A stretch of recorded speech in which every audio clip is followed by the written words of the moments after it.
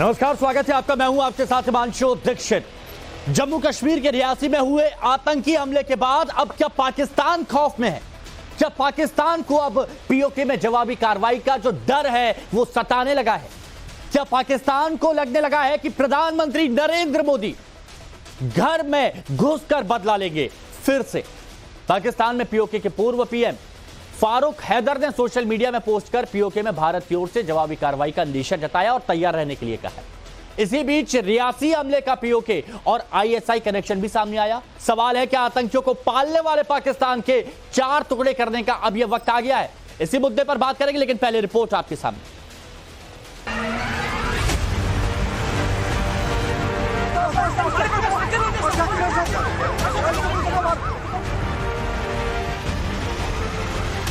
जम्मू कश्मीर के रियासी में आतंकी हमला करने के बाद क्या पाकिस्तान को अब जवाबी कार्रवाई का डर सता रहा है?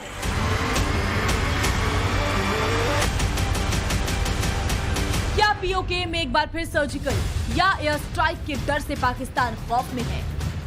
क्या अब पाकिस्तान को लगने लग गया है कि मोदी सरकार रियासी में हुए आतंकी हमले का बदला लेने को तैयार है और किसी भी वक्त एक्शन हो सकता है?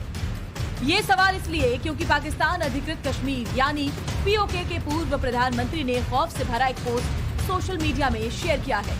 पीओके के पूर्व प्रधानमंत्री रजा मोहम्मद फारूक हैदर खान ने सोशल मीडिया पर पोस्ट करते हुए लिखा, रियासी हमले के बहाने पाकिस्तान को पाक अधिकृत कश्मीर में किसी भी भारतीय दुस्साहस के लिए पूरी तरह से तैयार रहना चाहिए। फारूक हैदर का ये पोस्ट बता रहा है कि पाकिस्तान के दिलो दिमाग में एक बार फिर सर्जिकल स्ट्राइक और एयर स्ट्राइक की तस्वीरें ताजा हो गई हैं। पाकिस्तान ये भी जानता है कि भारत में मोदी सरकार ऐसे हमलों का जवाब घर में घुसकर देती है। रियासी अटैक के बाद खुद प्रधानमंत्री ने कड़े एक्शन की बात भी कही है। इस बीच रियासी हमले को लेकर बड़ा खुलासा हुआ है। रियासी हमले का आईएसआई और पीओके कनेक्शन सामने आया है। जांच एजेंसीज के हवाले से मिली खबर के मुताबिक रियासी हमले की साजिश 3 मई को पीओके के खाईगल गांव में रची गई थी। तब सोपोर में मारे गए 2 आतंकियों अब्दुल बहाब और सैफुल्लाह को लेकर 300 से 400 जिहादी इकट्ठा हुए थे। उस जलसे में हिंदुस्तान के खिलाफ जल्द बड़ी वारदात को अंजाम देने की बात कही गई थी। मारे गए आतंकी अब्दुल बहाब के वारिसी खत पढ़कर युवाओं को भारत के खिलाफ जिहाद के लिए आह्वान किया गया और ये सभा आईएसआई के इशारे पर बुलाई गई थी। इस सभा में जैश ए मोहम्मद और लश्कर तैयबा के अलावा जेकेएलएफ से जुड़े चेहरे भी मौजूद थे। खबर यह भी है कि आईएसआई युवाओं का ब्रेन वॉश कर जम्मू कश्मीर में होने वाले विधानसभा चुनाव को भी प्रभावित कर सकता है। पाकिस्तान ऐसी कोई हरकत करे उससे पहले उसे सबक सिखाना जरूरी है। ऐसे में सवाल उठ रहे हैं कि पाकिस्तान के 4 टुकड़े करने का वक्त आ गया है। क्या पाकिस्तान से पीओके को अलग करने का यही सही वक्त है? क्या नरेंद्र मोदी की सरकार इस पर जल्द एक्शन लेगी? ब्यूरो रिपोर्ट, टाइम्स नाउ, नव भारत।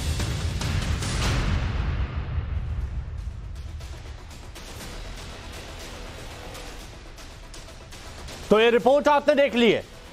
अब जो मेहमान हमारे साथ जुड़े हैं उनसे हम आपको मिलवाते हैं और उनसे हम बात भी करेंगे। हमारे साथ आज जिस चर्चा में जुड़े हुए हैं मेजर जनरल रिटायर्ड के सिन्हा, रक्षा विशेषज्ञ हैं। हमारे साथ सुशील पंडित जी जुड़े हुए हैं, राजनीतिक विश्लेषक हैं।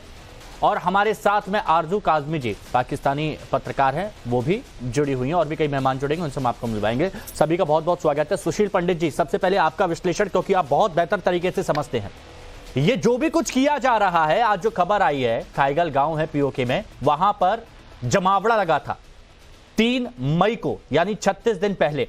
क्या यह माना जाए कि एक बार फिर से कश्मीर को डिस्टर्ब करने के पुराने जिहादी इंफ्रास्ट्रक्चर को एक्टिव कर रहा है पाकिस्तान? इसमें कोई शक नहीं है कि पाकिस्तान में गाहे बगाहे ये सब होता रहता है और दोबारा हुआ कई बार हुआ है, ये कोई नई बात नहीं। और कश्मीर में होने वाले आतंकी हमले या उसके अतिरिक्त भारत में होने वाली आतंकी कार्रवाइयों के लिए पाकिस्तान हमेशा सीधे सीधे जिम्मेवार रहा है और आगे भी उसकी मंशा पर किसी तरह का कोई शक नहीं होना चाहिए। सवाल यह है कि हम क्या कर रहे हैं। हम सिर्फ कभी कभार जवाबी कार्रवाई करके खुश हैं हमारे तंत्र के विरुद्ध नीति है? क्या यही निर्णय है? क्या यही रवैया रहेगा हमेशा कि हम मार खाने के बाद, पिटने के बाद, लाशें गिनने के बाद सोचें कि अब क्या करना है? यह हमारी सबसे बड़ी कमजोरी रही है और इसी कमजोरी की वजह से आज भी कश्मीर सुरक्षित नहीं है। हम पिछले 5 साल से लगातार 370 हटने के बाद पत्थरबाजी रुक गई, टूरिज्म बढ़ गया, स्कूल और कॉलेज अब लग रहे हैं, बाजार खुल रहे हैं, दफ्तर चल रहे हैं, लेकिन टारगेटेड किलिंग भी चल रही। अभी 3-4 दिन पहले गुलमर्ग में एक शिव मंदिर को आग लगा दी गई जी। उस पर तो कोई खबर भी नहीं आई। तो ये किस तरह की नीति है, मुझे समझ में नहीं आ रहा। अब तो चुनाव भी निपट गए हैं, तीसरी टर्म भी आ गई है, अब चौथी टर्म या 5वीं टर्म का इंतजार किया जाए क्या? ये क्या, मुझे इस पूरी की पूरी सोच के ऊपर अब शक होने लगा है। बिल्कुल ये तकलीफ है। नीति जो है वो क्या है क्या? ठीक है, मेजर जनरल के सिन्हा सर, इसका जवाब क्या आपके पास है? जो सुशील पंडित जी ने जो सवाल यहां पर उठाए हैं, क्या करना चाहिए? क्या ऐसा सबक सिखाना चाहिए जिससे अब सामने वाला समझे इस बात को? हिमांशु, जय हिंद। जय हिंद।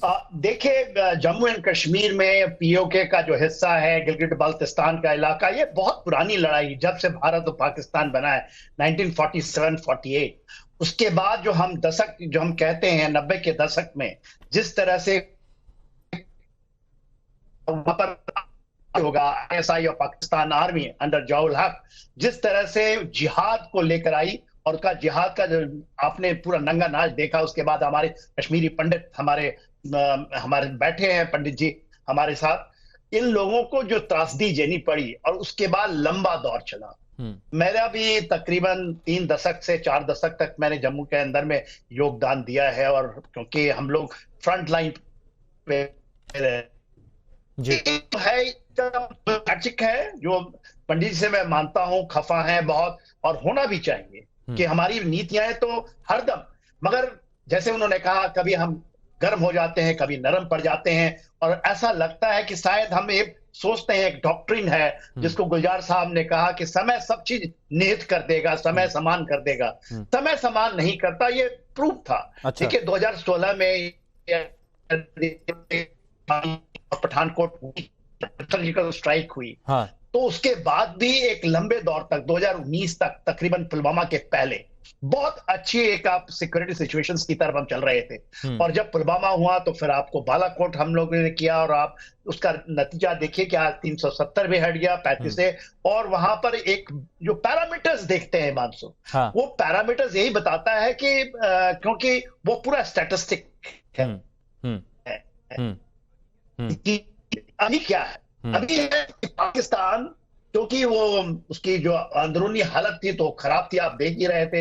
इमरान साहब ने जो चलाया था, उसके बाद जिस तरह से उनकी फाइनेंशियल स्थिति थी, उसमें जो टास्क उन्होंने अपना ये बताया, जो फाइनेंशियल एक्सेस टास्क फोर्स, सब सहूलियत मिलने के बाद, और ये देखिए 2022 की फरवरी में हमारे और उनके बीच में एक सीज फायर का दौर, ठीक है, अभी बॉर्डर के ऊपर फायरिंग नहीं होती है। जो पंडित जी कह रहे हैं उनकी बात पे ध्यान देखिए, ये हम अभी तो वहां से आवाज आ रही है ना, आज के दिन में पीओके से आवाज आ रही है हिमांशु, गिलगिट बाल्टिस्तान से आवाज आ रही है, और ऐसा लगता है कि जो आपने शुरू किया था कि इनके 4-5 टुकड़े होंगे तो होंगे ही, उसके रिट्रीब्यूशन करने का समय आएगा। ठीक है, अब हमारे साथ इतना तगड़ा होना चाहिए। और बिल्कुल ये जवाब बहुत अच्छी तरीके से देना चाहिए। अब देखिए हमारे साथ कुछ और मेहमान जुड़ गए, उनसे भी हम आपको मिलवा देते हैं। ब्रिगेडियर रिटायर्ड हैरिस नवाज साहब, रक्षा विशेषज्ञ, पाकिस्तान से हमारे साथ जुड़ चुके हैं। इरशाद अहमद खान साहब, नेता पीएमएलएन के, हमारे साथ पाकिस्तान से जुड़ चुके हैं। आपका भी बहुत बहुत स्वागत है। लेकिन आरजू जी, मैं ये आपसे जानना चाहता हूं, देखिए पाकिस्तान में भी धमाके होते हैं, पाकिस्तान में भी हमने देखे आतंकी हमले हुए हैं, वहां पर बच्चे, मासूम बच्चे, स्कूलों में धमाके हुए, कितने लोग मारे गए हैं। जो देश खुद दहशत से जूझ रहा है, उसके पीओके में ये सारी एक साजिश रची जाती है, जमावड़ा लगता है कश्मीरियों को भड़काने की बात की जाती है, गजवाए हिंद की बात की जाती है। मजबूरी क्या है पाकिस्तान की, क्यों सख्त नहीं हो पाते ये लोग? देखिए, मैं आपके इस डिबेट से पहले मैं आपकी एक बुलेटिन देख रही थी, आप खुद भी थे उस न्यूज बुलेटिन में, और आप यही बता रहे थे कि आपके यहाँ कश्मीर के कुछ लीडर्स हैं जो, या कुछ लोग हैं जो ये कह रहे हैं कि ये जो अटैक हुआ है इसमें पाकिस्तान का हाथ नहीं है। जी। ये आप ही अपने टीवी पे बता रहे थे हम लोगों का स्टेटमेंट। तो जब तक आप ठीक से इन्वेस्टिगेशन ना कर लें, आप किसी के ऊपर इस तरह से नाम नहीं लगा सकते। मैं बिल्कुल नहीं कह रही कि पाकिस्तान की तरफ से इस किस्म की बातें नहीं हुई हैं, होती रही हैं पहले, और जो ग्रुप्स थे या हैं उनके ऊपर डेफिनेटली पाकिस्तान भी काम कर रहा है, क्योंकि वो हमारे लिए भी नुकसानदेह है। उनको पहले जाहिर है कि पाकिस्तान ने ही उनको बनाया, चाहे वो लश्कर हो या जो भी हो, वो यहाँ पे जो ग्रुप्स हैं उनके ऊपर कार्रवाई हो रही है, क्योंकि FATF का भी हमें प्रॉब्लम है, सब तरफ से प्रेशर है, तो उसके ऊपर काम किया जा रहा है। लेकिन अगर मैं ये कहूँ कि नहीं पाकिस्तान भेज रहा है या स्टेट जो है वो स्पॉन्सर कर रही है, तो ऐसा अब नहीं है। हो सकता है पहले हुआ हो, लेकिन अब इस वक्त नहीं है, क्योंकि पाकिस्तान खुद इस वक्त मुश्किल में है। और ये कई लोग ऐसे होंगे जो नहीं चाहेंगे कि हिंदुस्तान पाकिस्तान के बीच में बातचीत हो या ट्रेड दोबारा खुले, वो भी इस किस्म की हरकत कर सकते हैं। नहीं तो आरजू जी, मेरा यही प्रॉपर इन्वेस्टिगेशन हो, मैं यही जानना चाह रहा था कि तो पीओके में अगर ऐसा जमावड़ा लगता है और वहां पर गजवाए हिंद की बात की जाती है, कश्मीरियों को भड़काने की बात की जाती है, तो ये भी तो गलत है ना, इस पर भी तो रोक लगाई जा सकती है। देखिए, गलत तो गलत है। वहां पे जो हमारी साइड के कश्मीर पे जो कुछ हो रहा था, वो गजवाए हिंद की बात नहीं की जा रही थी। वहां पर तो वो महंगाई के खिलाफ प्रोटेस्ट कर रहे थे, जो उनको चीजें नहीं मिल रही, या 3 मई को जो कार्यक्रम हुआ है खाईगल में, आरजू जी 3 मई को जो कार्यक्रम हुआ है पीओके के खाईगल गांव में, उसकी ऑडियो में आपको सुनवा दूंगा। वहां पर गजवाए हिंद की बात की जा रही है, और आपने अगर वो कार्यक्रम देखा है आपने वो भी सुना होगा। गजवाए हिंद की बात हुई, लेकिन वहां प्रोटेस्ट चल रहा था और बहुत प्रोटेस्ट चल रहा था। पाकिस्तान एजेंसीज और आर्मी के खिलाफ भी वो लोग प्रोटेस्ट कर रहे थे, और उनका यही कहना था कि उनके राइट्स नहीं दिए जा रहे। ये प्रोटेस्ट बिल्कुल हुआ है और सारी दुनिया ने देखा है, उससे इनकार नहीं किया जा रहा। तो उसमें गजवाए हिंद कहां से आ गया? सिन्हा साहब बताइए, गजवाए हिंद कहां से आ गया?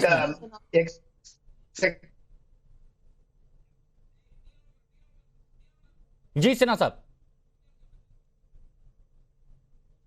देखिए मासूम, एक सेकंड लूंगा। आरजू मैम तो बहुत रैशनल रही हैं और करती रही हैं। आज थोड़े से स्वर शायद उनके बदले भी दिखाई देते हैं। देखिए आरजू मैम, पाकिस्तान को हमारे प्रधानमंत्री के शपथ के समय उनको नहीं बुलाया गया, और हमारे सारे नेबर्स आए थे।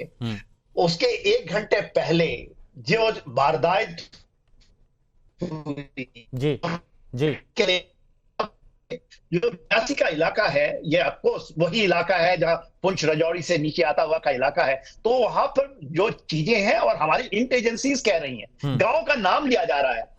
सपोर में मारे गए 2 आतंकवादी, अब्दुल वहाब, सैफुल्ला, और उसके बाद आपके गांव का नाम, पीओके गांव का नाम खाईगल है गांव, और ये शायद सबको है कि वो सबसे बड़ा वहां 400। तो आप जो कह रही है कि नहीं, आप शायद फिर से तहकीकात करें, तो आजू मैम आप तो हरदम बहुत मुखर रही हैं और सच्चाई को सच से बोलती हैं। Kazmi ji please, Kazmi ji please, please respond. Proofs है तो बिल्कुल उसके ऊपर पाकिस्तान से बात की जानी चाहिए, बिल्कुल उसके ऊपर कार्रवाई होनी चाहिए अगर प्रूफ्स है। मैं बिल्कुल ये नहीं कह रही कि अगर पाकिस्तान की तरफ से हुआ है और आपको मालूम है, आप सही प्रूफ्स दे रहे हैं, तो अच्छा, उसके बाद काजमी जी प्लीज सुनिए ना, आपने कहा कि अगर प्रूफ्स हैं, 3 मई यानी जब वैष्णो देवी श्रद्धालुओं पर हमला हुआ, उसके 36 दिन पहले पीओके के खाईगल गांव में क्या तकरीरें दी जा रही थी? एक बार जरा वो सुनवा दे, आप भी सुन लेंगी कि क्या वहां पर कहा गया, क्या गजवाए हिंद का इस्तेमाल किया गया कि नहीं किया गया। प्लीज चलाइए जरा एक बार। अल्लाह ने मुझे और आपको मुखातब किया, क्या कहा? ईमान वालों, जो काफिर तुम्हारे करीब है उनसे टकराओ, उनसे लड़ो, उनकी कुदरत को तोड़ो। जो तुम्हारे करीब है, क्यों? अल्लाह से बढ़कर हिकमत वाला कोई नहीं है। इसी में हम आपको वो भी सुनवाएंगे जहां पर इस बात का जिक्र किया गया, जहां पर गजवाए हिंद के बारे में जिक्र किया गया। इरशाद अहमद खान साहब, ये आपने कहा कि पहले जांच होनी चाहिए, कहां से पाकिस्तान से कोई नहीं आया। अब ये बताया गया कि M4 कार्बाइन राइफल्स वहां पर पाई गई जिन आतंकियों ने हमला किया था। अब ये हथियार भी उन लोगों की तरफ से इस्तेमाल किए गए थे। अब इस पर आप क्या कहेंगे? अब भी आप कहेंगे कि कुछ नहीं किया पाकिस्तान ने?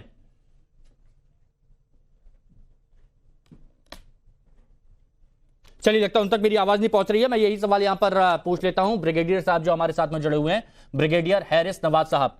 ब्रिगेडियर साहब, क्यों पीओके में इस तरह की हरकतें होती हैं और पाकिस्तान कुछ नहीं कर पाता?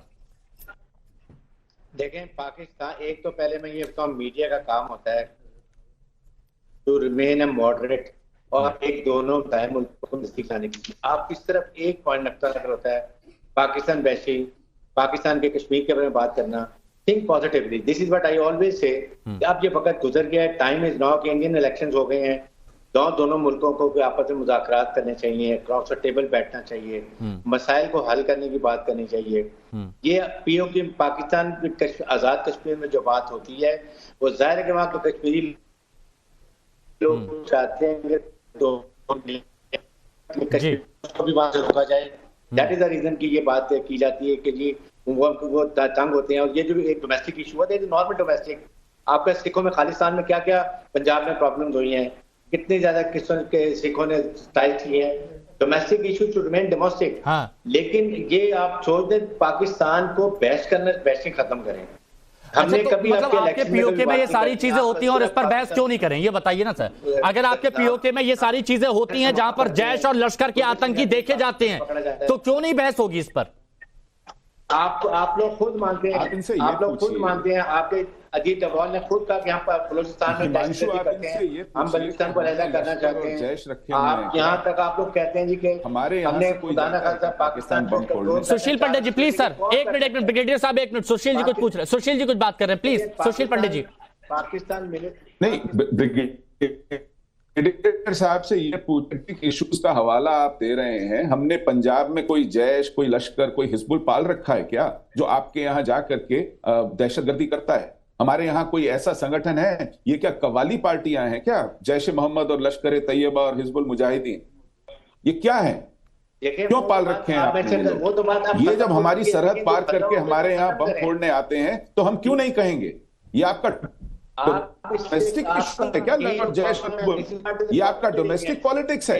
लश्कर, लैश और हिजबुल हमारे मुल्क में आकर के दहशतगर्दी करते हैं, ये आपका डोमेस्टिक इशू नहीं है, ये हमारा एग्जिस्टेंशियल इशू है, ये हमारे जीवन मरण का सवाल है। इशू है ना। आप हमारे यहाँ से कोई नहीं जाता आपके यहाँ इस तरह के काम करने। तो आपकी अगर डोमेस्टिक पॉलिसी और फॉरेन पॉलिसी दहशतगर्दी के ऊपर आधारित है, ब्रिगेडियर नवाज साहब, तो फिर इस पर चर्चा होगी, इस पर बात होगी। ब्रिगेडियर हैरिस नवाज साहब, पहले एक बार सुन लीजिए, उसके बाद आप अपनी बात रखिएगा तो अच्छा लगेगा। पाकिस्तान की बात करेगा।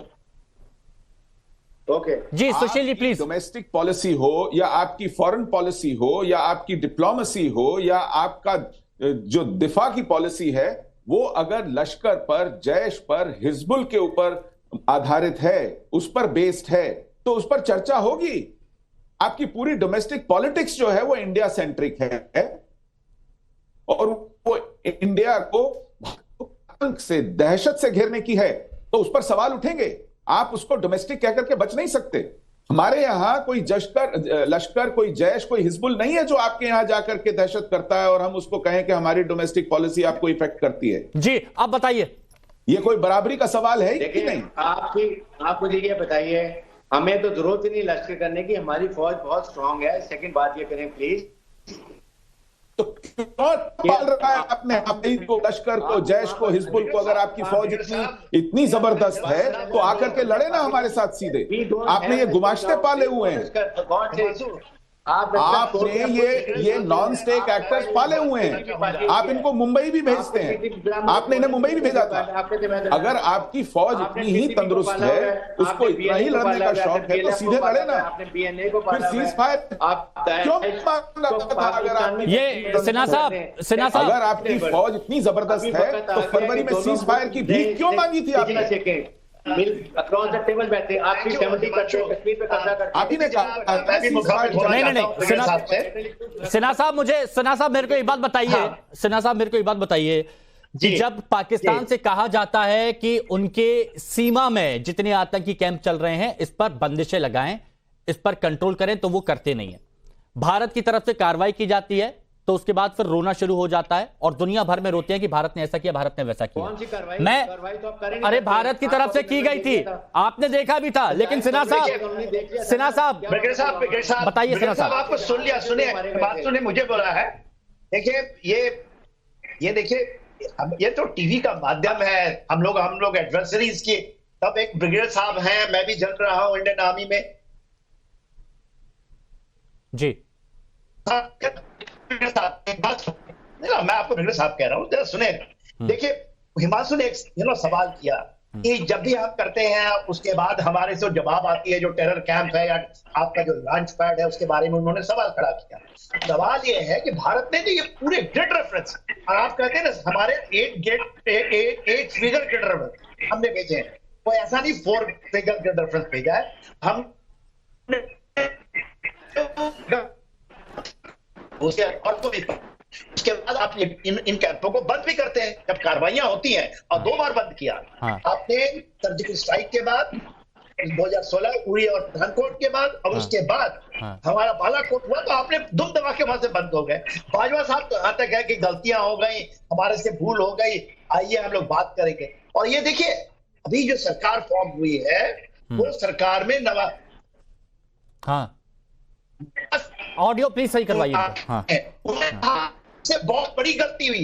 ये तो वो तो जमीन के ऊपर है, उन्होंने कहा है आपके, उन्होंने अभी जो प्रधानमंत्री है उनके बड़े भाई वो कहते हैं हमसे बहुत बड़ी बड़ी गलतियां हो गई और हम चाहते हैं, मगर ये जो गलतियों के बाद जिस तरह से आप लोग डिफेंड करते हैं उसकी हमारे पास एब्सोल्युटली प्रूफ्स हैं कि ये जो हुआ है। और 1 घंटा पहले हम दिया जा रहा है। अब हम आपको डोजियर तो भेजने रहे, क्योंकि अब तो रिट्रीब्यूशंस होते हैं। जब जब हम करेंगे बालाकोट या सर्जिकल स्ट्राइक, फिर आप 3-4-6 साल चलेंगे, बस 3-4-6 साल में शायद पाकिस्तान के उतने टुकड़े हो जाएं जैसे आपका टुकड़ा हुआ था, इस पाकिस्तान बांग्लादेश बन गया। क्योंकि अब वहां नहीं तो बताइए ब्रिगेडियर हैरिस नवाज साहब, क्या यही चाहता है पाकिस्तान? क्या यही चाहता है, इसलिए बार बार उकसाता है? पाकिस्तान क्या चाहता है? भारत चाहता है कि पाकिस्तान के टुकड़े हो, जो कि कभी इनका ख्वाब पूरा नहीं होगा। पाकिस्तान एक न्यूक्लियर मुल्क है, पाकिस्तान एक बहुत स्ट्रॉन्ग लड़ाका फौज है। आपको हमने 27 फरवरी, वो लड़ाका आपकी कितनी फौज है ये भारत आपको बता चुका है, और एक बार नहीं कई मौकों पर बता चुका है कि कितनी लड़ाका फौज है आपकी, है ना? We believe in fighting, not number से नहीं जाते हैं, हमारी क्वालिटी है। अरे आप लोग उकसाने की कार्रवाई करें, आप लोग सीज फायर तोड़ें, आप लोग आतंकियों को पालें, और वही आतंकी आपके घर में बम गिराएं। आपको 27 फरवरी याद है? आप 27 फरवरी भूल गए हैं? कैसे आपका अमीन अल्लाह का जहाज गिराया था, तो को माफ भी कर दिया। आपके लोगों को हम बचाते हैं। अभिनंदन हमारे शेर के बारे में बात करते हैं, को कैसे मार पड़ती है, वीडियो को मार सकती है।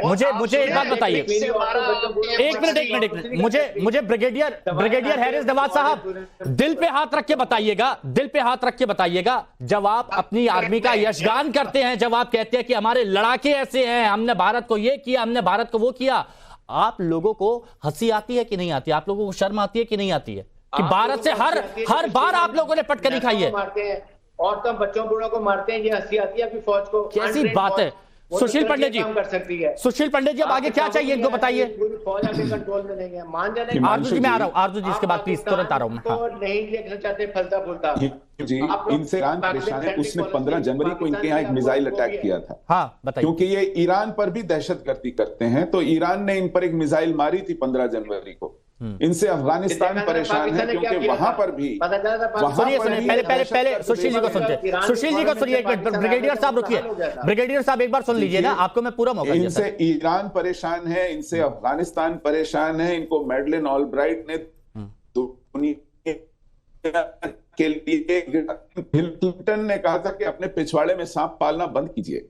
इनको दुनिया भर से नसीहतें मिलती हैं, FATF इनको ग्रे लिस्ट में रखता है, लेकिन ये कुत्ते की दुम है, सुधरने सीधी होने वाली नहीं है। ऐसा नहीं कहेंगे हम लोग, ये आगे से लेकिन जवाब देंगे, आप लोग सुधरते नहीं हैं, आगे से कुतर्क करेंगे, खत्म करें। आप जाहिल लोग हैं, आप इनसे बात करके इनको समझा नहीं सकते। ये लातों के भूत हैं, इनको सिर्फ एक ही बात, एक ही तरीका, एक ही जुबान समझ में आती, उसी जुबान में पड़े। अच्छा ठीक है, आरजू जी के हाथ में पीओके के जो पूर्व प्रधानमंत्री हैं, जिनका नाम रजा मोहम्मद फारूकी हैदर खान साहब है, उनकी तरफ से भी ये बात कही गई है कि पाकिस्तान को अब तैयार रहना चाहिए। भारत की तरफ से पीओके में कुछ भी किया जा सकता है बड़ा, उसके लिए पहले से तैयार रहना चाहिए। तो ये डर है या फिर वो कबूल कर रहे हैं कि पाकिस्तान की तरफ से गलती हुई और जो पहले गलती हुई उसका खामियाजा जैसे पाकिस्तान ने भुगता एक बार फिर से भुगतना पड़ सकता है? ये वही डर है क्या? आरजू आपका नाम आरजू नहीं है नवाज साहब, प्लीज थोड़ा सा वक्त दीजिए। आरजू काजमी जी से मैं ये सवाल पूछ रहा हूं, प्लीज। देखिए, जिस तरह के रिलेशंस रहे हैं या अभी तक हैं हिंदुस्तान पाकिस्तान के, तो ये डर तो दोनों कंट्रीज में हर वक्त ही रहता है कि कहीं ऐसा ना हो कि भारत कोई अटैक कर दे या कहीं ऐसा ना हो कि पाकिस्तान की तरफ से कुछ हो जाए। तो ये खतरा तो हर वक्त ही हमारे सर के ऊपर रहता है। और इसी तरीके से शायद उन्होंने आजाद कश्मीर या आप लोग जो POK कहते हैं वहां के प्राइम मिनिस्टर ने ये स्टेटमेंट दिया होगा। तो डेफिनेटली यहाँ पर जो कश्मीर में इस वक्त प्रॉब्लम चल रही है उसको देखते हुए भी जो है वो इस किस्म की स्टेटमेंट आ सकती है। लेकिन मैं फिर वही कहूंगी कि नई गवर्नमेंट आई है आपकी और उसके बाद जो है दोनों कंट्रीज को आपस में बात करनी चाहिए। और ये जो इशू हुआ है बहुत अफसोसनाक है और जिन लोगों ने भी अटैक किया है जिसमें छोटे से बच्चे को भी मारा गया है, कई लोगों की जाने गई है, आप तो बखूबी जानती है ना, तो साफ कहती हूँ बुज़दिल लोग हैं ये, बर्बर है। मैं कायर भी नहीं कहता हूं, मैं कहता हूं बर्बर हैं वो, बर्बर हैं वो, बर्बरतापूर्ण काम करते हैं। आरजू जी, और आपने कहा बातचीत, मैं आप ही से जानना चाहता हूं क्योंकि आपने भी देखा है कि जब भारत ने भी हाथ बढ़ाया, बातचीत की कोशिश की, उस बातचीत के बाद क्या हुआ? कब बढ़ाया आप मुझे बता दें, आपने उस बातचीत के बाद क्या हुआ? अरे अटल जी ने बढ़ाया था, उसके बाद क्या कर दिया था आपने, आपको याद है? जब भारत ने मार मार के भगाया था आपको, उसको 25 साल हो गए आगे चले। अटल बिहारी वाजपेयी जी ने जब दोस्ती का हाथ बढ़ाया उसके बाद आप लोगों ने क्या किया? नवाज साहब की क्या पॉलिसी है? नवाज साहब क्या किया बताइए? दुश्मनी क्या पॉलिसी है? सुशील अभी पॉलिसी चेंज करें। कश्मीर पे कब्जा आपने की है, कश्मीर पर, अरे कश्मीर हमारा था, कश्मीर हमारा था और हमारा है, ये बात आप भी जानते हैं। कश्मीर हमारा था है, आप भी जानते हैं और कह भी दिया गया है। देखिए, हमारी तो 5 लोकसभा सीटें वहां के लिए आरक्षित कर दी गई है, विधानसभा सीटें भी आरक्षित कर दी गई है। बहुत जल्दी भारतीय झंडा अभी भी लहरा रहा है POK में भारतीय झंडा अभी भी लहराता है और फिर शान से लहराएगा, आप देखिएगा। सुशील पंडित जी, सुशील पंडित जी प्लीज, नहीं सुशील पंडित जी प्लीज। देखिए, आरजू काजमी जी के लिए बहुत रिस्पेक्ट है मेरे मन में, खुलकर अपनी बात रखती है, लेकिन फिर से बातचीत की बात वो कर रही है। बातचीत क्या पाकिस्तान समझेगा? मुझे बताइए। पड़ेगी ना सर, नहीं मैं कह रहा हूं मैडम, मैं कितनी एयर स्ट्राइक्स कर ली, कुछ निकला क्या? कोई रिजल्ट आरजू जी मैं मान रहा हूं, लेकिन वही मैं, देखिए सुशील जी बेहतर बता सकते हैं, सुशील जी बता सकते हैं। सुशील जी क्या बातचीत से मानेंगे ये? एयर स्ट्राइक भी हो गई, हमने वॉर। हिमांशु जी, मैं आरजू जी वही कह रहा हूं, सर्जिकल स्ट्राइक हो गई, एयर स्ट्राइक हो गई, नहीं माने तो अब तो टुकड़े ही बचे हैं।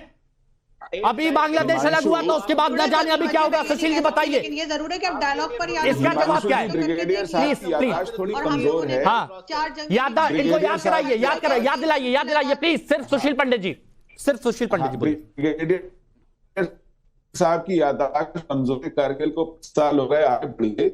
इनसे कहिए कि खुद नरेंद्र मोदी लाहौर गए थे नवाज शरीफ के यहाँ, बिन बुलाए चले गए थे और उसके 1 हफ्ते के अंदर नगद भुगतान किया था इन्होंने पठानकोट पर अटैक करके। इन्हें अगर कारगिल भूल गया हो तो मैं पठानकोट याद दिला देता हूं। नगद भुगतान किया था 1 हफ्ते के अंदर तो इनकी पीठ में छुरा घोंपने की बातचीत से मानने वाले लातों के भूत हैं, ये बातों से मानने वाले नहीं है। नहीं सर, ये तो आपने इनकी याददाश्त दुरुस्त कर दी सुशील पंडित जी। लेकिन आरजू जी का जो सवाल है सिन्हा साहब, क्या आपके पास उसका जवाब है कि सर्जिकल स्ट्राइक, एयर स्ट्राइक करके देख लिया, कुछ नहीं बदला, अब आगे क्या? बताइए सिन्हा साहब। आगे बातचीत करें। मेजर जनरल के सिन्हा, आपसे सवाल। ये हमारा तो वेरी सिंपल है। हाँ, हमारा वेरी सिंपल, हमने तो मोस्ट फेवर्ड नेशन स्टेटस दिया था जो आपको, जब आपने कहा, जब बुरहान वानी का 2016 के बाद, उसके पहले भी 2014 से 2016 तक 2 साल तक प्रधानमंत्री जैसे हमारे पंडित जी बता रहे थे, वो तो पाकिस्तान चले गए, बिना बुलाए वो पहुंच गए। इतनी बड़ी की हम, उसके पहले भी हमारे वाजपेयी साहब बस लेके गए जी। अब एब्सोल्युटली, और हम रिट्रीब्यूशन करेंगे। रिट्रीब्यूशन 2 तो हो चुका है और आपने अपने शो की शुरुआत यही कही थी क्या वो वक्त आ गया है? हाँ। वक्त आने के पहले आप इलेक्शन के दौरान सुनिए, हमारे रक्षा मंत्री साहब कहते रहे हैं पीओके से हमने देखा है, लाइव आपने चलाया है मानसू जी, लाइव चला है पीओके से, वहां से आवाजें उठ रही हैं कि हमें एक धक्का दो और जी, जी, गिलगित बाल्टिस्तान ये दो अलग इलाका है। पीओके वाले तो उसको मानते ही नहीं कि गिलगित बाल्टिस्तान भी उसको उनका है। वो वहां से भी आवाजें आते हैं कि कारगिल से आ जाए और रास्ता खोल दीजिए। तो ये मैं कहना चाहता हूं, देखिए ये अच्छे हैं, सपने अच्छे हैं। देखिए आरजू, आप ये कहती है कि कुछ नहीं हुआ, क्या हुआ? हाँ। क्या हुआ? अरे दो टुकड़े हो गए। आप किस हालात में है? पूरे आपकी जो आर्थिक स्थिति है, दो टुकड़े तो आपके भी टेररिज्म का स्टेटस है, पूरी आपकी ये आप लोगों को सच्चाई हजम नहीं होती है। से निकल के गए। नहीं नवाज साहब आप लोगों को सच्चाई हजम नहीं होती है क्या? आपको पुलवामा में मार पड़ी थी ब्रिगेडियर नवाज साहब, पुलवामा की मार कैसी बात? सुनिए, आप लोगों को सच्चाई हजम नहीं होती है क्या? पुलवामा में क्या हुआ था? आप कटोरा लेके कहीं पर भी जाते हैं, आपको लतार लगाई जाती है। जब भी कहीं आतंक की बात होती है, दहशत गर्दों की बात होती है, पाकिस्तान का नाम सबसे ऊपर आता है। मानते क्यों नहीं? आपकी एयरफोर्स नकार है, आपके अनट्रेड सोल्जर्स हैं, आपके पायलट अनट्रेड है। तभी सुनिए, तभी पाकिस्तान में घुसकर पटखनी देकर आते हैं, मार के आते हैं, सर्जिकल स्ट्राइक करके आते हैं। हेलीकॉप्टर खुद गिरा लिया। और सुनिए, आप जिनको बोल रहे हैं ना अनट्रेंड सोल्जर्स, कुछ जवानों ने पाकिस्तान की पूरी रेजिमेंट को कैसे मार के भगाया, ये आप जानते हैं। और इसीलिए हंसी आती है जब पाकिस्तान के लोग भी सुनते हैं ना आपकी ऐसी बड़ी बड़ी बातों को, तो उनको भी हंसी आती है। ये कौन सा इतिहास? नहीं, मेरे को ये बताइए सुशील पंडित जी, एक मिनट प्लीज इनके। सुशील पंडित जी, मेरे को बस ये बताइए कि पाकिस्तान के लोगों को ये कौन सा इतिहास पढ़ाया जाता है जिसमें इतनी शौर्य गाथा है पाकिस्तानी आर्मी की कही जाती है? मेरे को ये बताइए कौन सा इतिहास है ये? पाकिस्तान आर्मी से आपकी जान देखिए, ये झूठ की बिना पर बनाया गया मुल्क है। हाँ। जी। और ये जोरन चटा नस्लें बड़ी की हैं। ये नफरत और झूठ, सिर्फ इन दो चीजों का मिक्सचर इन्होंने न सिर्फ पढ़ाया है, गढ़ा है, लेकिन अब इसमें बिलीव करने लगे। दिक्कत यही है कि इन्होंने 1968 में जियाउल हक को भेज करके 25,000 फिलिस्तीनी मार दिए थे, निहत थे जॉर्डन में। ये उसके तमगे लगाए घूमते हैं। इनसे कोई जंग ना जीती गई है ना लड़ी गई है आज तक। इन्होंने अपने मुल्क के दो टुकड़े लिए, लेकिन अभी तक होश के नाखून नहीं लिए हैं। तो जब तक पाकिस्तान मिट नहीं जाएगा दुनिया के नक्शे से, ये दुनिया के लिए सिरदर्द बना रहेगा। और इसे मिटाने का काम, इसकी जिम्मेदारी सिर्फ हिंदुस्तान पर है, भारत पर है। और जब तक भारत इस जिम्मेदारी से बचता रहेगा, तब तक भारत को भी इसका नुकसान उठाना पड़ेगा। ये जितने भी ब्रिगेडियर जनरल घूमते हैं पाकिस्तानी में, ये आने के लिए देने के लिए है, वहां पर प्लॉट काट कर लूटने के लिए मुल्क को। हाँ। ये फौज लड़ने के लिए नहीं है। हाँ। ये फौज जेब भरने के लिए है। अरे वो देखा था, वो वीडियो वायरल हुए थे पीओके में बलूचिस्तान में क्या कर रहे थे पाकिस्तानी रेंजर्स? मुर्गियां चुरा कर ले जा रहे थे, बकरियां चुरा कर ले जा रहे थे, मुर्गियां और बकरियां चुरा कर ले जा रहे थे पाकिस्तानी आर्मी के जवान। ये काम यहाँ पर किया जा रहा था। अब देखिए आरजूदी का भी जवाब यहाँ पर मिल जाएगा। सर्जिकल स्ट्राइक से फर्क नहीं पड़ा, एयर स्ट्राइक से नहीं पड़ा। तो अब देखिएगा पाकिस्तान तैयार रहे। बहुत बहुत शुक्रिया सभी का हमारे साथ जुड़ने के लिए, इस चर्चा में शामिल होने के लिए। और यहाँ